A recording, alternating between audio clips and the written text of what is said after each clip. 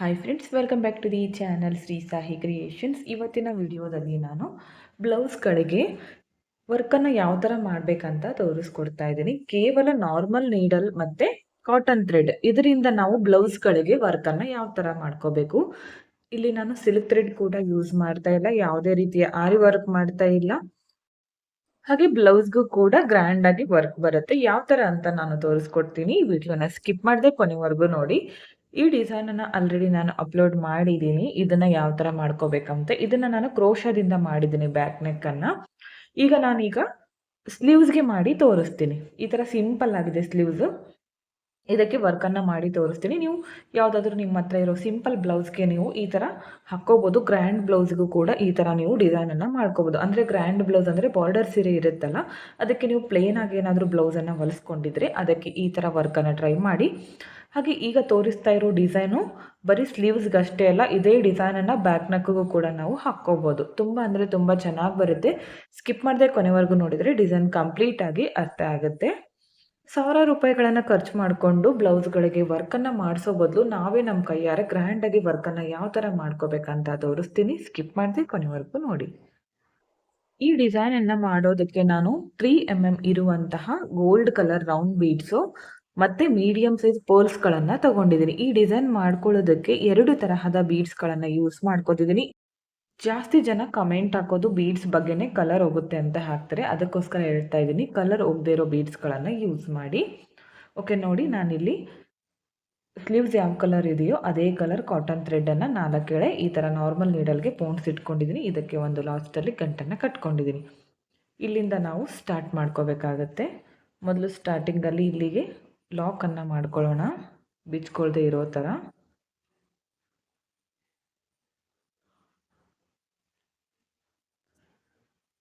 Okay, 1-2 times lock ಮಾಡ್ಕೊಂಡ್ಮೇಲೆ ಇದಕ್ಕೆ ಮೊದಲು ನಾನು ಬೀಡ್ಸ್ಗಳನ್ನು ಆ್ಯಡ್ ಮಾಡ್ಕೋತೀನಿ. ಇವಾಗ ಮೊದಲು 2 ಗೋಲ್ಡ್ ಕಲರ್ ರೌಂಡ್ ಬೀಡ್ಸನ್ನು ಹಾಕ್ತೀನಿ.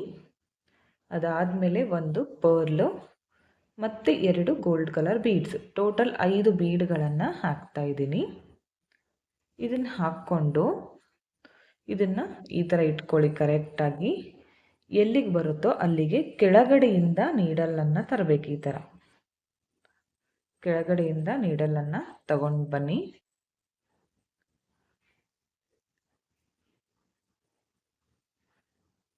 ಓಕೆ, ಈ ಥರ ಮಾಡ್ಕೊಂಡ್ಮೇಲೆ ನೆಕ್ಸ್ಟ್ ಇವಾಗ ಈ ಲಾಸ್ಟ್ ಒಂದು ಬೀಡ್ ಇದೆಯಲ್ಲ, ಇದರಿಂದನೇ ಈ ನೀಡಲನ್ನು ಹೊರಗಡೆ ತಗೊಂಡೋಗ್ಬೇಕು ಇವಾಗ. ಓಕೆ, ಈ ಥರ ಬರಬೇಕು. ಇವಾಗ ನೆಕ್ಸ್ಟು ಬೀಡ್ಸ್ ಹಾಕೋದು ಸ್ವಲ್ಪ ಚೇಂಜಸ್ ಆಗುತ್ತೆ. ಸ್ಟಾರ್ಟಿಂಗಲ್ಲಿ 2 ಬೀಡು ಮತ್ತು ಒಂದು ವೈಟ್ ಬೀಡು ಮತ್ತು ಈ 2 ರೌಂಡ್ ಬೀಡ್ ಹಾಕಿದ್ನಲ್ಲ, ಇವಾಗ ನಾನೀಗ ಒಂದೇ ಒಂದು ಗೋಲ್ಡ್ ಕಲರ್ ಬೀಡನ್ನು ಹಾಕ್ತೀನಿ. ಅದಾದಮೇಲೆ ಒಂದು pearl, next 2 gold colour beads. ಸ್ಟಾರ್ಟಿಂಗಲ್ಲಿ ಮಾತ್ರ 2 ಬೀಡ್ ಬರುತ್ತೆ ಗೋಲ್ಡ್ ಕಲರು. ಅದಾದಮೇಲೆ ಸಿಂಗಲ್ ಹಾಕ್ಕೋಬೇಕಾಗತ್ತೆ ನೆಕ್ಸ್ಟ್ ಹಾಕುವಾಗ. ಇದನ್ನು ಕೂಡ ಎಲ್ಲಿಗೆ ಬರುತ್ತೋ ನೋಡ್ಕೊಂಡು ಇಟ್ಕೊಂಡು ಕರೆಕ್ಟಾಗಿ ಇಲ್ಲಿ ಎಷ್ಟು ಡಿಸ್ಟೆನ್ಸ್ಗೆ ಹಾಕಿರ್ತೀವೋ ಅಷ್ಟೇ ಡಿಸ್ಟೆನ್ಸ್ಗೆ ನೋಡಿಕೊಂಡು ನೀಡಲನ್ನು ಕೆಳಗಡೆಯಿಂದ ತರಬೇಕು ಈ ಥರ. ಓಕೆ, ಈ ಥರ ತಗೊಂಡು ಬಂದು ಈ ಬೀಡಿಂದ ಈ ನೀಡಲನ್ನು ಹೊರಗಡೆ ತೆಗಿತೀನಿ. ಈಗ ಮತ್ತೆ ನೆಕ್ಸ್ಟು ಒಂದೇ ಒಂದು ಗೋಲ್ಡ್ ಕಲರ್ ಬೀಡು, ಅದಾದಮೇಲೆ ಒಂದು ಪರ್ಲ್ ಬೀಡು, ಅದಾದಮೇಲೆ 2 ಗೋಲ್ಡ್ ಕಲರ್ ಬೀಡ್ಸ್. ಇಲ್ಲಿ ಕ್ರಿಸ್ಟಲ್ ಬೀಡ್ಸನ್ನು ಕೂಡ ಯೂಸ್ ಮಾಡ್ಕೋಬೋದು. ಬೀಡ್ಸ್ ಇದೇ ಹಾಕಬೇಕಂತೇನಿಲ್ಲ, ಆದರೆ ಕಲರ್ ಹೋಗುತ್ತೆ ಅಂತ ಹೇಳ್ತಿರ್ತೀರಲ್ಲ, ಕಲರ್ ಹೋಗದೆ ಇರೋ ಬೀಡ್ಸ್ಗಳನ್ನು ಯೂಸ್ ಮಾಡಿ ಅಷ್ಟೇ. ಇದನ್ನು ಕೂಡ ಸೇಮ್ ಈ ಥರ ಮಾಡ್ಕೊಂಡ್ಮೇಲೆ ಈ ಲಾಸ್ಟ್ ಬೀಡಿಂದ ನೀಡಲನ್ನು ಹೊರಗಡೆ ತೆಗಿತೀನಿ. ಒಂದೇ ಒಂದು ಬೀಡಿಂದ ತೆಗಿಬೇಕು. ಈ ಥರ ನಾವೀಗ ಅದು ಪೂರ್ತಿಯಾಗಿ ಕಂಪ್ಲೀಟ್ ಆಗೋವರೆಗೂ ಕಂಟಿನ್ಯೂ ಮಾಡ್ತಾ ಹೋಗಬೇಕು. ಒಂದು ರೌಂಡ್ ಬೀಡು, ಗೋಲ್ಡ್ ಕಲರ್ ಬೀಡು, ಒಂದು ಪರ್ಲು, 2 ಗೋಲ್ಡ್ ಕಲರ್ ಬೀಡ್ಸು. 2 ಸ್ಟೆಪ್ಪಲ್ಲಿ ಬರುತ್ತೆ ಇದು ಡಿಸೈನು.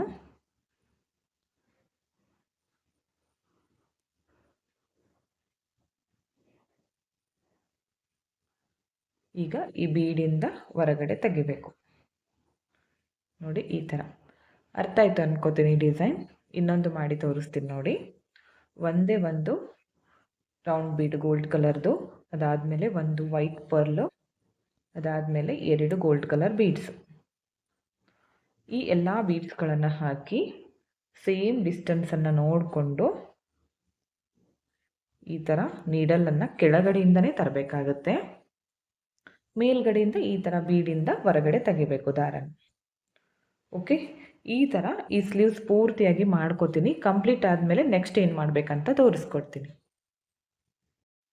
ಓಕೆ ನೋಡಿ, ಇದೇ ಥರ ನಾನು ಎಂಡ್ವರೆಗೂ ಮಾಡ್ಕೊಂಡಿದ್ದೀನಿ. ಪೂರ್ತಿಯಾಗಿ ಒಂದು ಸ್ಲೀವ್ಸ್ ಕಂಪ್ಲೀಟ್ ಆಯಿತು. ಫಸ್ಟ್ ಸ್ಟೆಪ್ ಈ ಥರ ಬಂದಿದೆ, ನೋಡ್ತಾ ಇರ್ಬೋದು. ಬೀಡ್ಸ್ ಕೂಡ ತುಂಬಾ ಅಟ್ರಾಕ್ಟಿವ್ ಆಗಿ ಕಾಣಿಸ್ತಾ ಇದೆ.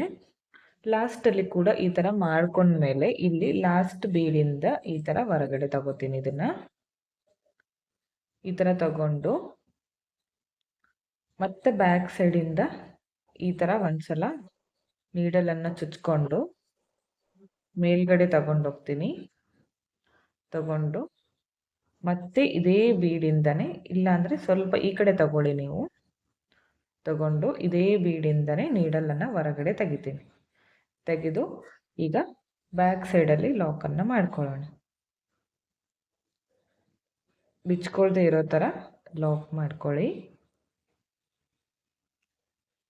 ಈಗ ಥ್ರೆಡನ್ನು ಕಟ್ ಮಾಡ್ಕೊತೀನಿ. ಈಗ ನೆಕ್ಸ್ಟ್ ಸ್ಟೆಪ್ ತೋರಿಸ್ಕೊಡ್ತೀನಿ. ಓಕೆ, ಮತ್ತೆ ಸ್ಟಾರ್ಟಿಂಗ್ ಎಲ್ಲಿಂದ ಸ್ಟಾರ್ಟ್ ಮಾಡ್ಕೊಂಡಿದ್ನೋ ಅಲ್ಲೇ ಮತ್ತೆ ಕಾಟನ್ ಥ್ರೆಡ್ಡಿಂದ ಲಾಕನ್ನು ಮಾಡ್ಕೋತೀನಿ.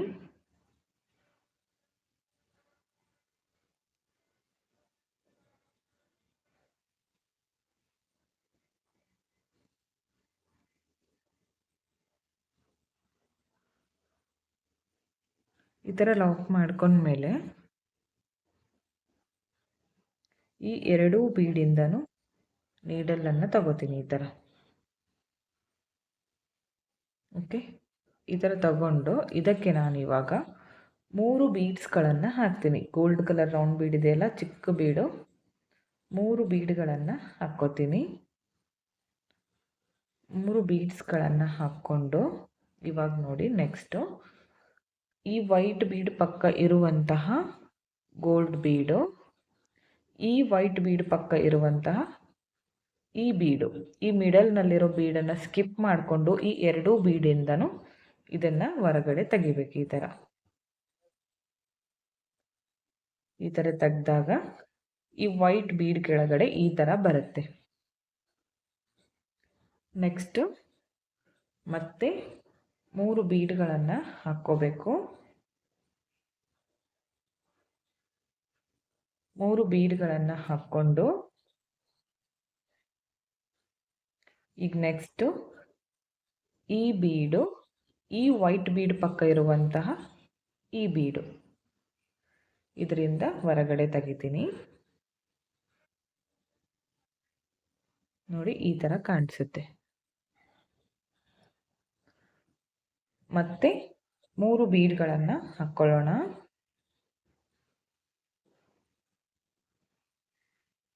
ಇಲ್ಲಿ ಬೇಕಿದ್ರೆ ಬೀಡ್ ಕಲರ್ ಕೂಡ ಚೇಂಜ್ ಮಾಡ್ಕೋಬೋದು, ಪರ್ಲ್ಸ್ ಕೂಡ ಹಾಕ್ಕೋಬೋದು, ಇದೇ ಹಾಕಬೇಕಂತೇನಿಲ್ಲ. 3 ಬೀಡ್ ಹಾಕಿದ ಮೇಲೆ ಈ 2 ವೈಟ್ ಬೀಡ್ ಪಕ್ಕ ಇರುವಂಥ ಚಿಕ್ಕ ರೌಂಡ್ ಬೀಡಿಂದ ಹೊರಗಡೆ ತೆಗಿತೀನಿ. ಅರ್ಥ ಆಯಿತು ಅನ್ಕೋತೀನಿ. ಇದೇ ಥರ ನಾವು ಪೂರ್ತಿ ಸ್ಲೀವ್ಸು ಕಂಟಿನ್ಯೂ ಮಾಡ್ಕೋಬೇಕು. ಕಂಪ್ಲೀಟ್ ಆದಮೇಲೆ ಫೈನಲ್ ಲುಕ್ ತುಂಬ ಚೆನ್ನಾಗಿ ಬರುತ್ತೆ. ಮತ್ತೆ 3 ಬೀಡ್ಗಳನ್ನು ಹಾಕಿದ್ದೀನಿ. ಇದನ್ನು ಕೂಡ ಸೇಮ್ ಈ ಬೀಡ್ಗಳಿಂದ ನೀಡಲನ್ನು ಹೊರಗಡೆ ತೆಗಿತೀನಿ. ಈ ಪರ್ಲ್ ಬೀಡ್ ಪಕ್ಕ ಇರುವಂತಹ ಚಿಕ್ಕ ಬೀಡು, ಈ ವೈಟ್ ಬೀಡ್ ಪಕ್ಕ ಇರುವಂತಹ ಚಿಕ್ಕ ಬೀಡು, ಈ ಥರ ಕಂಟಿನ್ಯೂ ಮಾಡ್ತಾ ಹೋಗಿ. ನೋಡಿ ಎಷ್ಟು ಚೆನ್ನಾಗಿ ಬಂದಿದೆ, ಈ ಥರ ಕಾಣಿಸುತ್ತೆ. ಇದನ್ನು ನಾನು ಕಂಪ್ಲೀಟಾಗಿ ಮಾಡ್ಕೊಂಡ್ಮೇಲೆ ತೋರಿಸ್ತೀನಿ ಫೈನಲ್ ಲುಕ್ ಯಾವ ಥರ ಬಂದಿದೆ ಅಂತ. ಹಾಗೆ ಎಂಡಲ್ಲೂ ಕೂಡ ಲಾಕ್ ಯಾವ ಥರ ಮಾಡಬೇಕಂತ ತೋರಿಸ್ಕೊಡ್ತೀನಿ. ಓಕೆ ನೋಡಿ, ಎಂಡ್ವರೆಗೂ ಇದೇ ಥರ ಮಾಡ್ಕೊಂಡಿದ್ದೀನಿ. ಎಷ್ಟು ನೀಟಾಗಿ ಬಂದಿದೆ. ಇದನ್ನು ನಾವು ಉಟ್ಕೊಂಡಾಗ ಈ ಥರ ಟೈಟಾಗಿ ಕೂಡುತ್ತಲ್ಲ ಸ್ಲೀವ್ಸ್, ಆವಾಗ ಚೆನ್ನಾಗಿ ಕಾಣಿಸುತ್ತೆ. ಈಗ ನೋಡೋದಕ್ಕಿಂತ ಹಾಕ್ಕೊಂಡಾಗ ತುಂಬಾ ಚೆನ್ನಾಗಿ ಬರುತ್ತೆ. ಈಗ ನೋಡಿ ಲಾಸ್ಟಲ್ಲಿ ಕೂಡ ಸೇಮ್ ಇದೇ ಥರನೇ ಮಾಡ್ಕೋಬೇಕು. 3 ಬೀಡ್ಗಳನ್ನು ಆ್ಯಡ್ ಮಾಡ್ಕೋಬೇಕು ಮೊದಲು. ಇಲ್ಲಿ ಬೀಡ್ಸ್ ಜಾಸ್ತಿ ಹೋಗುತ್ತೆ, ಅದಕ್ಕೋಸ್ಕರ ಹೇಳ್ತಾ ಇದ್ದೀನಿ. ಕಲರ್ ಹೋಗದೆ ಇರೋ ಬೀಡ್ಗಳನ್ನು ನೀವು ಯೂಸ್ ಮಾಡ್ಕೊಳ್ಳಿ. ಯಾವುದೇ ರೀತಿಯ ಬ್ಲೌಸ್ ಕೂಡ ಹಾಳಾಗೋದಿಲ್ಲ. 3 ಬೀಡ್ಸ್ ಹಾಕಿದ ಮೇಲೆ ಈ ಬೀಡಿಂದ ಹೊರಗಡೆ ತೆಗಿತೀನಿ. ಓಕೆ, ಈ ಥರ ಬರುತ್ತೆ. ನೆಕ್ಸ್ಟ್ ಇವಾಗ ಬ್ಯಾಕ್ ಸೈಡ್ಗೆ ಟರ್ನ್ ಮಾಡ್ಕೋತೀನಿ. ಡಿಸೈನನ್ನು ಟರ್ನ್ ಮಾಡಿಕೊಂಡು ಡೈರೆಕ್ಟಾಗಿ ಬ್ಲೌಸ್ಗೆ ಈ ಥರ ತಗೋತೀನಿ ನೀಡಲ್ಲು. ಈ ಥರ ಮಾಡಿಕೊಂಡು ಇಲ್ಲಿ ಲಾಕ್ ಮಾಡ್ಕೊಳ್ಳೋಣ ಮೊದಲು.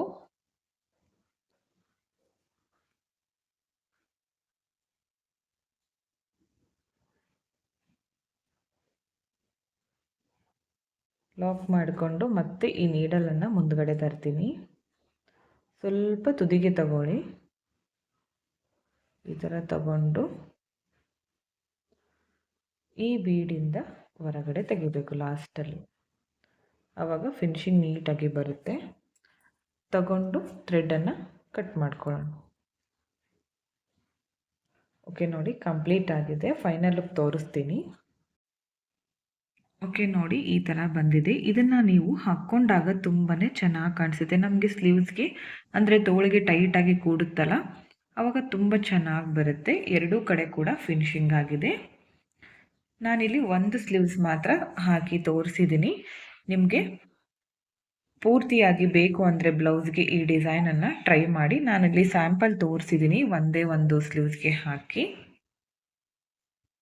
ತುಂಬಾ ಕಡಿಮೆ ಸಮಯದಲ್ಲಿ ಒಂದು ಅರ್ಧ ಗಂಟೆ ಒಳಗೆ ಈ ಡಿಸೈನನ್ನು ಕಂಪ್ಲೀಟ್ ಮಾಡ್ಕೋಬೋದು. ನೀವು ಒಂದ್ಸಲ ಟ್ರೈ ಮಾಡಿ ಯಾವ ಥರ ಬಂತು ಅಂತ ಕಮೆಂಟ್ ಮುಖಾಂತರ ತಿಳಿಸಿ. ಇಷ್ಟ ಆಗಿದ್ರೆ ಒಂದು ಲೈಕ್ ಕೊಡೋದನ್ನು ಮರಿಬೇಡಿ. ಹಾಗೆ ಫ್ರೆಂಡ್ಸ್ಗಳಿಗೆ ಶೇರ್ ಮಾಡಿ. ಹಾಗೆ ಈ ವಿಡಿಯೋನ ನೀವು ಸಬ್ಸ್ಕ್ರೈಬ್ ಮಾಡ್ಕೊಳ್ಳದೆ ನೋಡ್ತಾ ಇದ್ದರೆ ಪ್ಲೀಸ್ ಚಾನಲನ್ನು ಸಬ್ಸ್ಕ್ರೈಬ್ ಮಾಡ್ಕೊಳ್ಳಿ. ಪಕ್ಕದಲ್ಲಿರೋ ಬೆಲ್ ಐಕಾನ್ನ ಕ್ಲಿಕ್ ಮಾಡಿ ಆಲ್ ಅನ್ನೋ ಆಪ್ಷನ್ನ ಸೆಲೆಕ್ಟ್ ಮಾಡಿಕೊಂಡ್ರೆ ನಾನು ವಿಡಿಯೋ ಹಾಕಿದ ತಕ್ಷಣ ಮೊದಲು ನಿಮಗೆ ನೋಟಿಫಿಕೇಷನ್ ಬಂದು ತಲುಪುತ್ತೆ. ಸ್ಕಿಪ್ ಮಾಡದೆ ಕೊನೆವರೆಗೂ ನೋಡಿದ್ದಕ್ಕೆ thank you friends. Thank you for watching. Thank you.